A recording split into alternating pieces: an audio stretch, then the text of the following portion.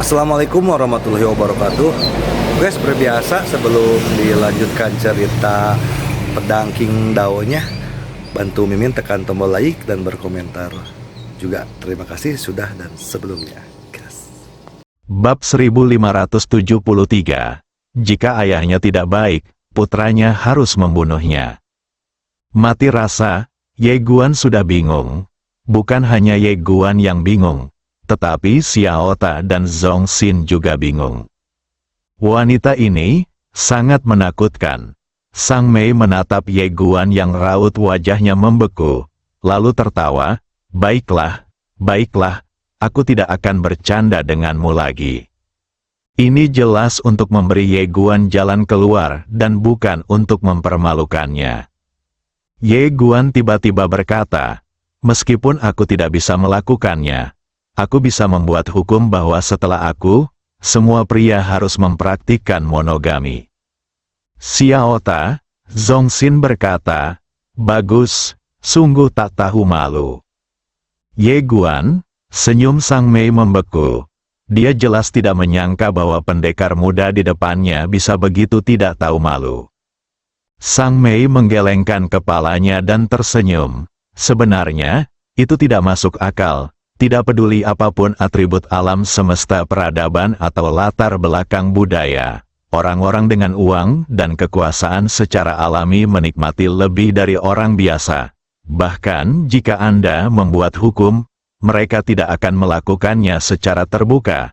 Tetapi bagaimana dengan secara rahasia? Ye Guan terdiam. Sang Mei tersenyum dan berkata, penggarap pedang kecil Ye Guan, jangan terlalu banyak berpikir. Idemu secara umum bagus. Hanya sedikit orang di alam semesta ini yang memiliki ide yang sama denganmu. Ada beberapa orang yang ingin menyatukan seluruh alam semesta, tetapi mereka hanya ingin memperbudak seluruh alam semesta dan mencapai tingkat yang lebih tinggi. Kamu dapat berpikir sepenuh hati untuk kehidupan alam semesta, yang sangat, sangat langka. Selain itu, alam semesta telah berada dalam kekacauan selama bertahun-tahun. Jika kamu tidak menyatukannya, orang lain akan melakukannya. Sebagai perbandingan, aku lebih optimis tentangmu. Setidaknya, kamu hanya dapat menikahi beberapa istri lagi. Tetapi kamu tidak akan menggunakan seluruh alam semesta. Ye Guan, Sang Mei mendongak ke arah cahaya keemasan yang tersebar di sekitarnya dan tersenyum. Penggarap pedang kecil Ye Guan, aku juga tidak merasa tidak puas denganmu. Identitasku sedikit istimewa. Jadi aku telah melihat banyak orang dan hal-hal aneh di alam semesta ini. Tetapi aku belum pernah melihat seseorang seperti bibimu. Aku sangat ingin tahu tentangnya.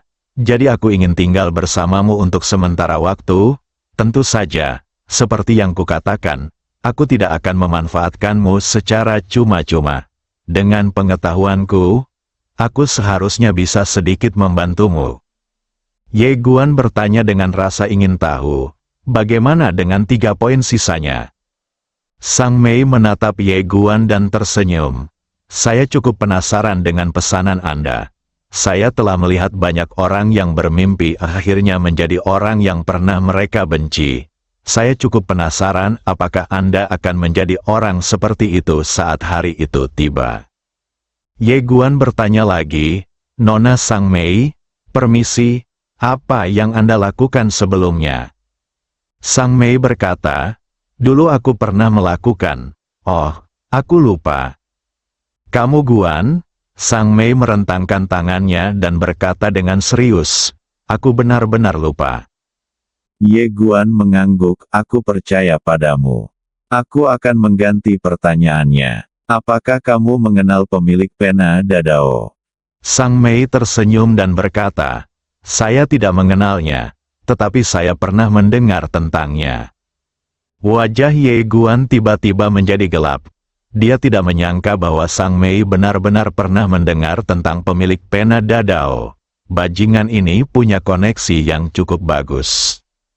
Sang Mei menambahkan, saya juga tahu sesuatu tentangnya yang tidak diketahui orang lain. Ye Guan menatap Sang Mei.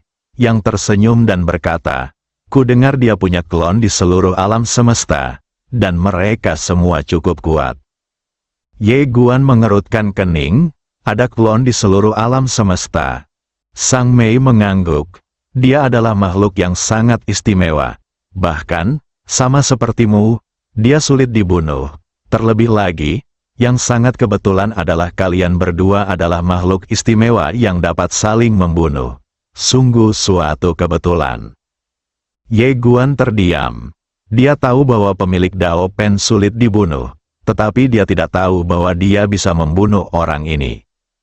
Pasti metodenya salah, perlu mempelajarinya. Meskipun masalah antara dia dan pemilik pena Dao sudah berakhir untuk saat ini, dia tahu bahwa itu hanya berakhir untuk saat ini dan pemilik pena Dao pasti tidak akan menyerah.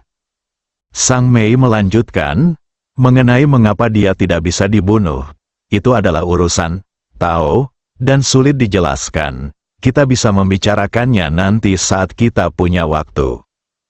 Ye Guan mengumpulkan pikirannya dan berkata, "Nona Sang Mei, apakah Anda tahu kehendak Tuhan?" Sang Mei mengangguk, "Aku tahu sedikit, dia punya beberapa ide yang sama denganmu. Tentu saja, urutan keseluruhannya masih sedikit berbeda." Ye Guan sedikit penasaran, "Apa idemu?" Sang Mei tersenyum dan berkata, "Mari kita bicarakan hal-hal ini nanti." Melihat dia tidak ingin berkata apa-apa lagi, Ye Guan mengangguk dan berkata, "Oke." Setelah mengobrol dengan Sang Mei sebentar, Ye Guan meninggalkan lapangan dan mereka tiba di sebuah lapangan bintang. Tidak jauh di depannya, berdiri selusin prajurit tingkat dewa yang kuat. Itu adalah prajurit asing yang kuat yang telah berjanji untuk mendukungnya sebelumnya. Pria berjubah hitam yang memimpin kelompok itu memandang Ye Guan dengan ekspresi waspada. Jelas, mereka sudah tahu bahwa Ye Guan akan bergabung dengan kuil para dewa. Ye Guan juga mengerti bahwa pasti Zhong Xin yang memberitahu mereka. Dia menatap pria berjubah hitam di depan dan berkata sambil tersenyum, "Senior, Anda sudah tahu bahwa saya ingin bergabung dengan kuil para dewa. Tetapi Anda tetap datang ke sini. Anda pasti punya ide, bukan?" Pria berjubah hitam di depan berkata dengan suara berat, "Tuan Ye, Anda harus menepati janji Anda. Anda telah berjanji kepada kami untuk menggulingkan kuil para dewa. Anda tidak dapat mengingkari janji Anda."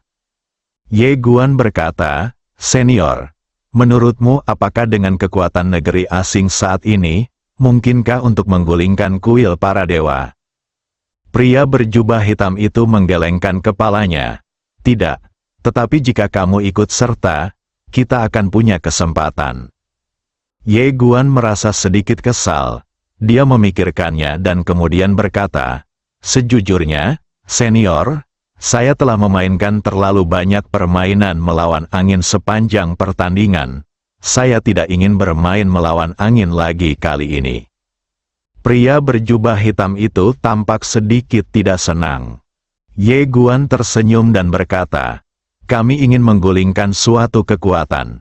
Jika kami tidak dapat mengalahkannya dalam hal kekuatan, ada cara lain." Pria berjubah hitam itu sedikit bingung, metode apa? Ye Guan berkata, "Bergabunglah dengannya dan hancurkan dia dari dalam. Jika ada kekuatan dahsyat yang tidak dapat dipatahkan dari luar, maka kita hanya dapat menghancurkannya dari dalam." Lelaki berjubah hitam dan yang lainnya semuanya tercengang. Ye Guan Dao, atau menggantinya dari dalam, pria berjubah hitam dan yang lainnya saling memandang. Apa yang dikatakannya, tampaknya tidak ada yang salah. Ye Guan melanjutkan, "Dengan kekuatan kita saat ini, akan seperti memukul batu dengan telur untuk menghadapi mereka. Tidak bijaksana untuk melakukannya. Oleh karena itu, aku memilih untuk bergabung dengan mereka." Sambil berkata demikian, dia menatap pria berjubah hitam dan yang lainnya. "Jika kalian bersedia, kalian dapat mengikutiku. Jika kalian tidak bersedia, tidak masalah. Kita semua dapat berpisah dengan damai. Itu pilihan kalian. Semua orang terdiam. Sebenarnya mereka tidak punya pilihan lain, karena Ye Guan tahu banyak tentang latar belakang mereka. Pemimpin berjubah hitam itu menatap Ye Guan dan berkata, "Kami percaya padamu, Tuan Ye." Ye Guan mengangguk. "Aku akan segera pergi ke kuil para dewa, tetapi tempat ini sudah menjadi wilayah kekuasaanku, dan satu-satunya ancaman di sini adalah perbatasan antara dunia maya dan dunia nyata.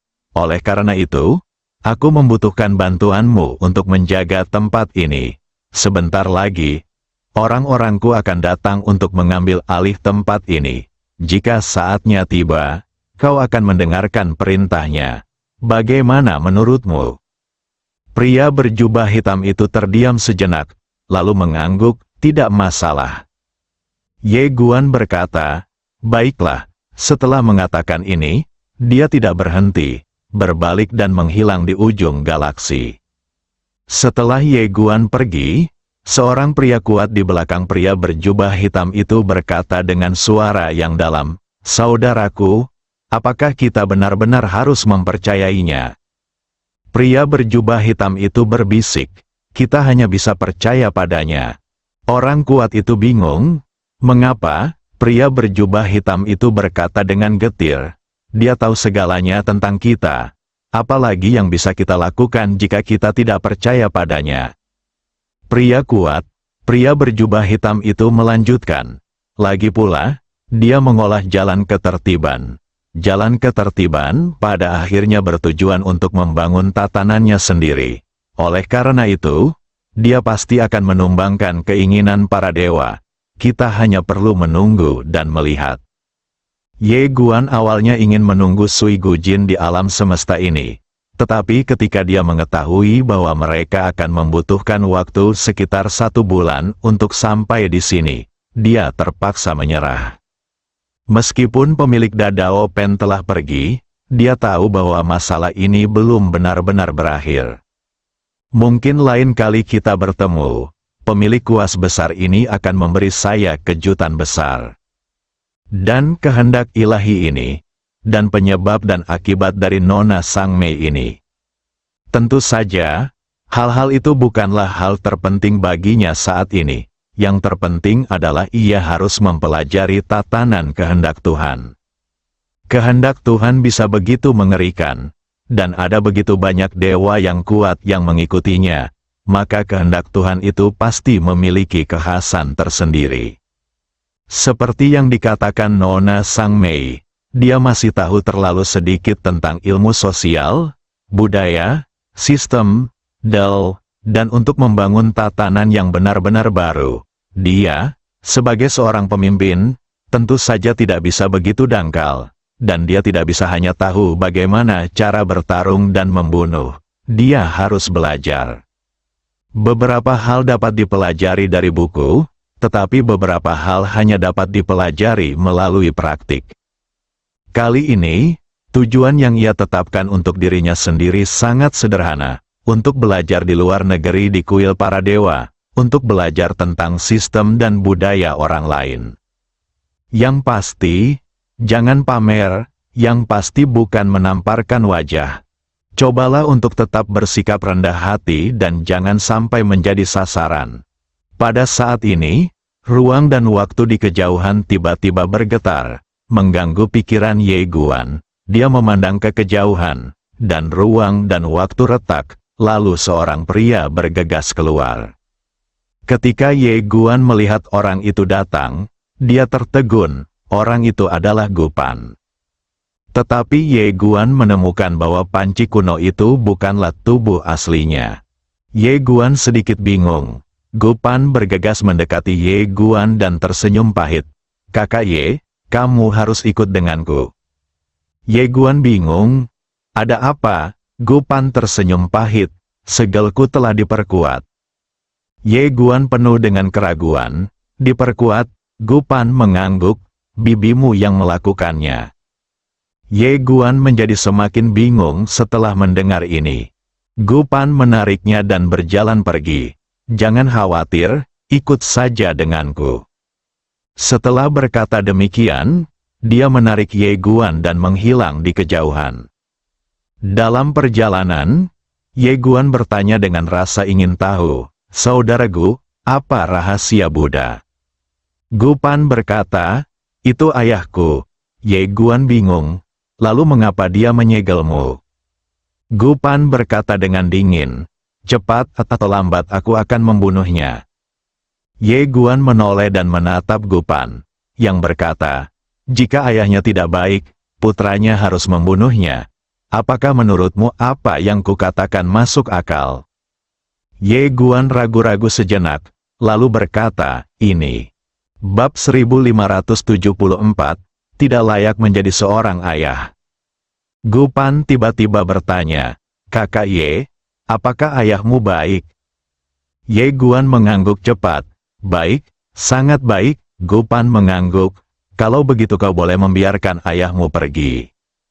Ye Guan, Gu Pan menoleh dan menatap ke arah ujung alam semesta. Tatapan matanya semakin dingin.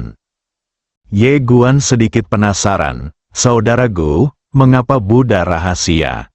Gu Pan berkata, "Dulu, dia meninggalkan ibuku untuk mengejar jalan agung agama Buddha. Ibu membesarkanku sendirian, tetapi dia meninggal lebih awal karena sakit akibat terlalu banyak bekerja. Orang seperti itu tidak layak menjadi suami, maupun ayah." Ye Guan terdiam. Jika pihak lain benar-benar melakukan itu, maka itu benar. Tidak lama kemudian, Ye Guan dan Gu Pan tiba di tempat tubuhnya disegel. Saat Ye Guan melihat energi pedang yang familiar di tubuh Gu Pan, sebuah senyuman muncul di wajahnya. "Itu benar-benar bibiku," dan dia mengerti secara kasar sebab dan akibatnya. Saat Gu Pan mengujinya, dia pasti telah memprovokasi bibinya, jadi bibinya mengambil tindakan untuk memberinya sedikit peringatan. Memikirkan hal ini, Ye Guan merasa hangat di hatinya. Ye Guan berjalan ke arah tubuh Gu Pan dan merentangkan telapak tangannya. Energi pedang perlahan melayang keluar dari tubuh Gu Pan dan kemudian mendarat dengan mantap di telapak tangannya. Melihat energi pedang di tangannya, Ye Guan tersenyum dan kemudian melepaskannya. Dia tahu bahwa bibinya tidak akan memberinya sinar energi pedang untuk melindungi dirinya, dan dia juga merasa bahwa itu tidak perlu. Sekarang, ketergantungannya pada menara kecil atau pedang King Xuan semakin berkurang. Namun kali ini, energi pedang tidak hilang. Melihat pemandangan ini, Ye Guan sedikit bingung, apa yang sedang terjadi?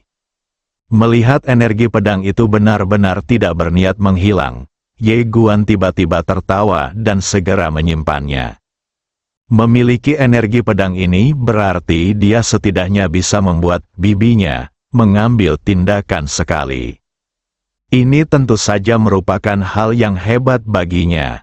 Ledakan, tiba-tiba terdengar suara gemuruh yang dahsyat dari samping. Ye Guan menoleh dan melihat. Pada saat ini, cakram kuno telah menyatu dengan badan utama. Setelah penggabungan, aura cakram kuno itu tiba-tiba meroket liar. Melihat adegan ini, Ye Guan tertawa. Kekuatan Gu Pan saat ini pasti telah meningkat secara kualitatif dibandingkan sebelumnya. Gu Pan yang tengah duduk bersila di dalam segel, tiba-tiba membuka matanya perlahan, dan kilatan cahaya meluap dari matanya. Ye Guan bertanya, "Bagaimana?" Gu Pan tertawa terbahak-bahak, "Dewa yang kuat dapat dihancurkan dengan satu tangan."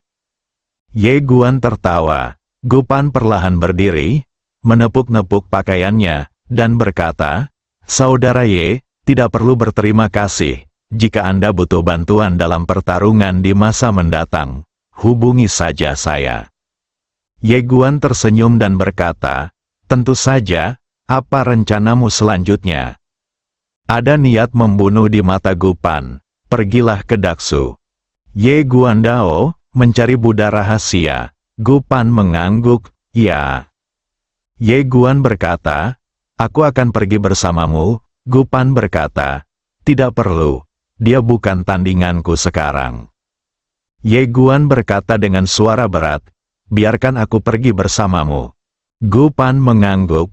Oke. Setelah berkata demikian, mereka berdua menghilang begitu saja di tempat mereka berada. Reruntuhan besar, Daksu juga merupakan dunia yang istimewa. Meskipun peradaban di sini tidak semegah peradaban kuno kerajaan Dewata, namun juga dianggap sebagai alam semesta beradab tingkat atas di persimpangan antara dunia maya dan dunia nyata. Dan di sini, ada kekuatan yang sangat kuno, yaitu Tantra. Menurut Gupan, asal mula Tantra sebenarnya berasal dari batas antara nyata dan maya. Pernyataan ini dapat dipercaya, karena sampai saat ini kekuatan Sang Buddha rahasia kemungkinan besar telah mencapai alam dewa. Setelah keduanya tiba di Daksu, mereka langsung menuju agama Buddha Tantra. Agama Buddha Tantra terletak jauh di pegunungan, yang penduduknya sedikit dan sangat terpencil serta tandus. Di sebuah gunung terpencil, hanya ada sebuah kuil kecil. Ketika Ye Guan dan Gupan tiba di sini, suara lonceng panjang tiba-tiba datang dari kuil. Gupan mencibir, "Apakah kau akan melihat dirimu sendiri sampai akhir?" Setelah berkata demikian, tiba-tiba dia mengulurkan tangan kanannya ke depan. Lalu tiba-tiba seekor binatang buas raksasa menerobos udara di atas kuil, lalu mencengkeram kuil itu dengan ganas, siap untuk menghancurkannya hingga berkeping-keping. Amitabha, sebuah nyanyian Buddha tiba-tiba terdengar dari kuil, dan kemudian segel Buddha, Wan, terangkat ke langit dan menghantam tangan raksasa itu dengan keras. Ledakan, tangan raksasa itu hancur dan berubah menjadi pecahan-pecahan yang tak terhitung jumlahnya.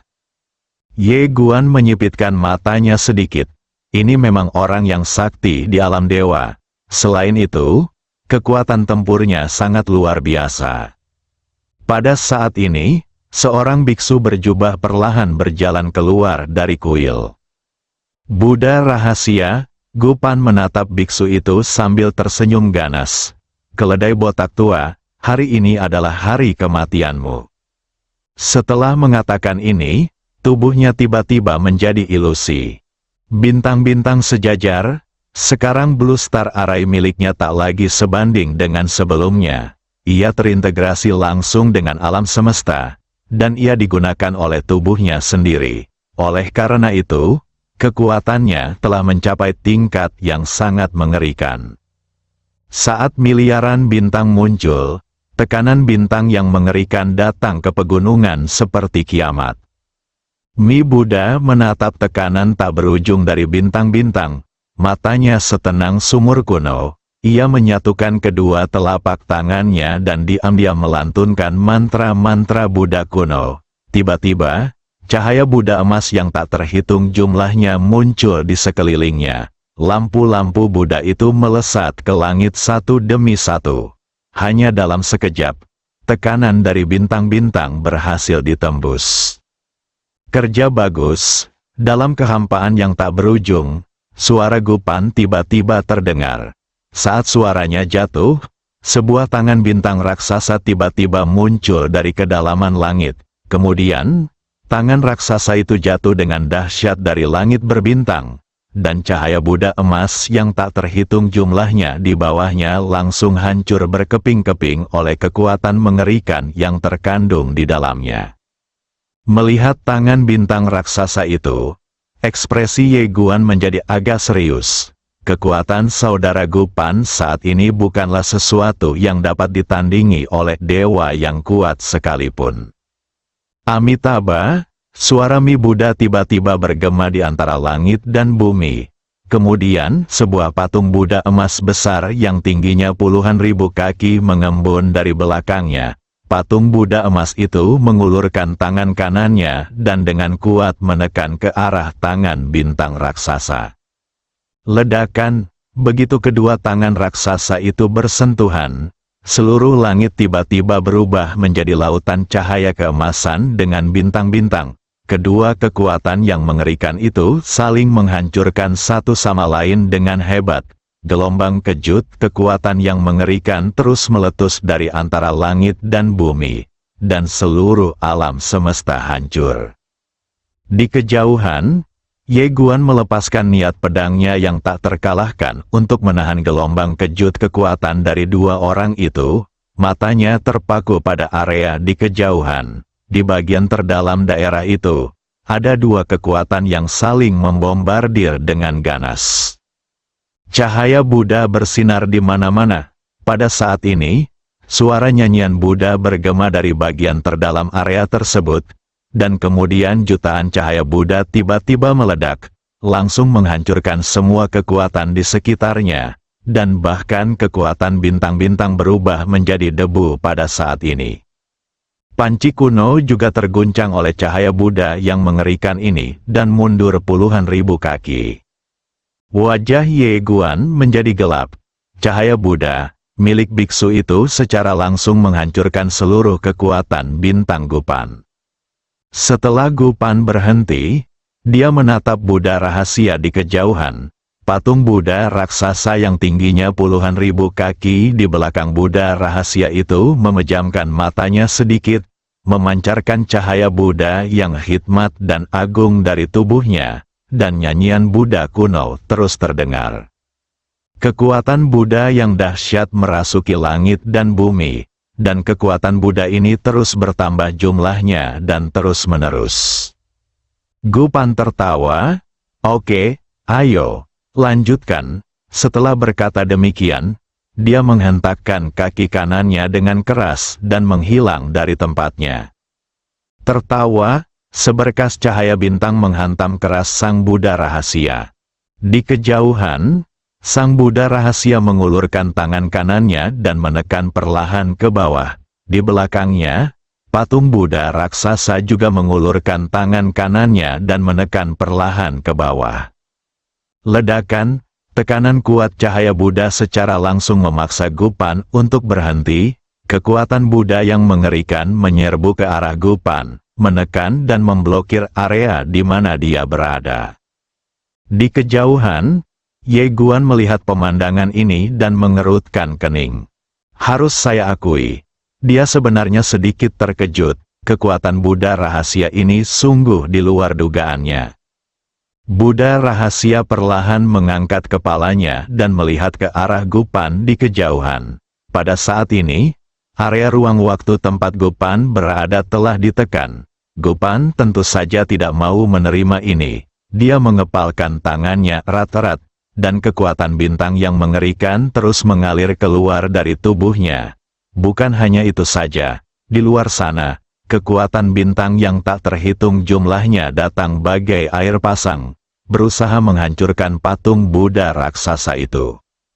Kekuatan bintang yang tak berujung terus membombardir patung Buddha raksasa, tetapi patung Buddha raksasa itu berdiri diam seperti gunung dan tidak dapat digoyahkan oleh kekuatan bintang. Di dalam tubuh Ye Guan, Zongxin tiba-tiba berkata, "Kali ini saudaramu akan celaka. Biksu ini telah mengolah tubuh Buddha berkilau. Kekuatannya benar-benar tak tergoyahkan." Ye Guan agak bingung. Tubuh Buddha kaca, Zongxin berkata, "Anda dapat memahaminya karena biksu ini sudah memiliki jalan Buddhisnya sendiri. Dia setara dengan Dewa Takdir." Tuhan Takdir, wajah Ye Guan menjadi gelap. Zongxin melanjutkan, "Namun, tubuh Buddha kacanya tidak murni. Jelas, hati Buddhanya masih rusak. Jika tidak, kekuatannya akan menjadi lebih mengerikan." Ye Guan mengangkat kepalanya dan melihat ke kejauhan. Sang biksu masih melantunkan ajaran Buddha. Saat ajaran Buddhanya dikumandangkan, patung raksasa ajaran Buddhanya berangsur-angsur berubah dari warna emas menjadi warna lapis lazuli, menjadi lebih hikmat, lebih bermartabat, dan tidak dapat diganggu-gugat. Zongxin menambahkan, tempat ini tidak sederhana. Ada orang kuat lain di kuil, yang kekuatannya bahkan lebih besar dari Buddha rahasia ini. Ye Guan tercengang. Dia melihat ke dalam kuil dan benar saja, dia merasakan aura yang sangat samar. Mengaum, pada saat ini, Gupan tiba-tiba meraung. Dia mengepalkan tangannya erat-erat, dan semua kekuatan bintang berkumpul di tubuhnya. Saat berikutnya, dia menerobos blokade penindasan dan meninju patung Buddha raksasa itu dengan keras. Ledakan, akan tetapi, patung Buddha kaca itu tidak bergerak sedikit pun, sehingga membiarkannya menerima pukulan itu. Wah, cahaya Buddha muncul, dan patung Buddha kaca tetap tidak bergerak. Dan Gupan mundur ribuan kaki jauhnya, melihat pemandangan ini, ekspresi kompleks terpancar di mata Ye Guan. Sampai saat ini, saudara Gu bukanlah tandingan Mi Buddha ini. Gupan perlahan mengangkat kepalanya. Pada saat ini, semua kekuatan di sekitarnya telah ditekan. Tatapan mata yang ganas melintas di mata Gupan, dan tubuh serta jiwanya mulai terbakar. Kemudian, dia tiba-tiba bergegas maju dan langsung menuju ke arah Buddha rahasia. Melihat Gupan bergegas mendekat, Mi Buddha melambaikan tangannya pelan, dan patung Buddha kaca di belakangnya seketika menghilang. Pada saat yang sama, semua kekuatan agama Buddha antara langit dan bumi lenyap, bersambung.